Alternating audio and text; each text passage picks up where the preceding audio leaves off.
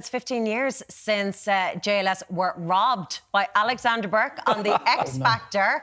I mean, it was amazing. Beyonce came out and everything. But anyway, have you found that your fans have grown with you over that decade and a half? You know, your sound is obviously a change, but it's still JLS. So, but have you noticed that your fans have stayed loyal, but have also, you know, now they are in their mid-30s along with you?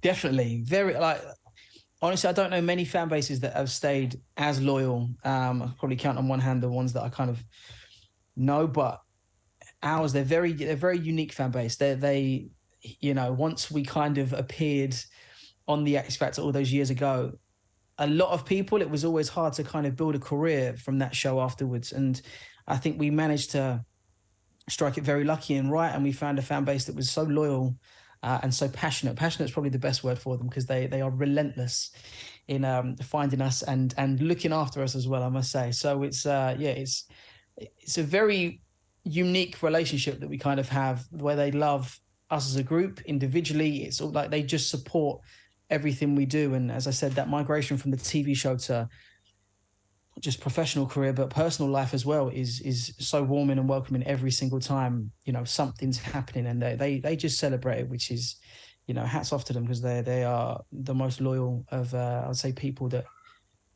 you know, I've definitely come across. So loyal that they will pack themselves into luggage and put themselves on a bus. Didn't you have a stowaway at one stage trying to get into the Shelburne Hotel? Hopefully. Yeah, definitely. Only in Dublin, of course. Do you know what I mean? It's standard. But yeah, no, we were touring at the time, kind of doing shows, and it was, you know, I couldn't tell you half the time where we were sleeping and where we were, what city we were in. But yeah, we were definitely in Ireland, and we jumped off the bus. Our team were grabbing our cases, and they noticed that a case was there and it wasn't ours. Again, I have no idea how or what.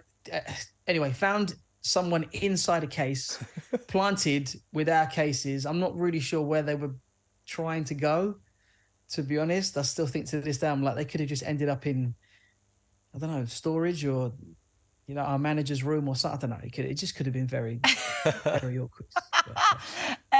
Tell us, I know you're going to be back on stage here very soon. Are you going to be doing some backflips? Are you going to give the fans what they want? Are you still able? Still good?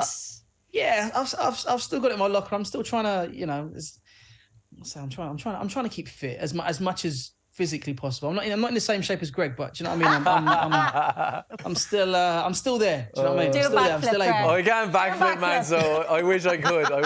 You're flying it. Great to see you, Aston. As you said, the solo tour, 4 a.m. It's going to start this April, and you're going to head to Cork, Belfast and Dublin as well. Listen, great to talk to you. Thanks so much for joining us on 6 You O'Clock too. Today. Cheers, Aston. Thank you guys so Take much. care. Have a good St. Patrick's Day as well. Oh yeah, thank you. Cheers.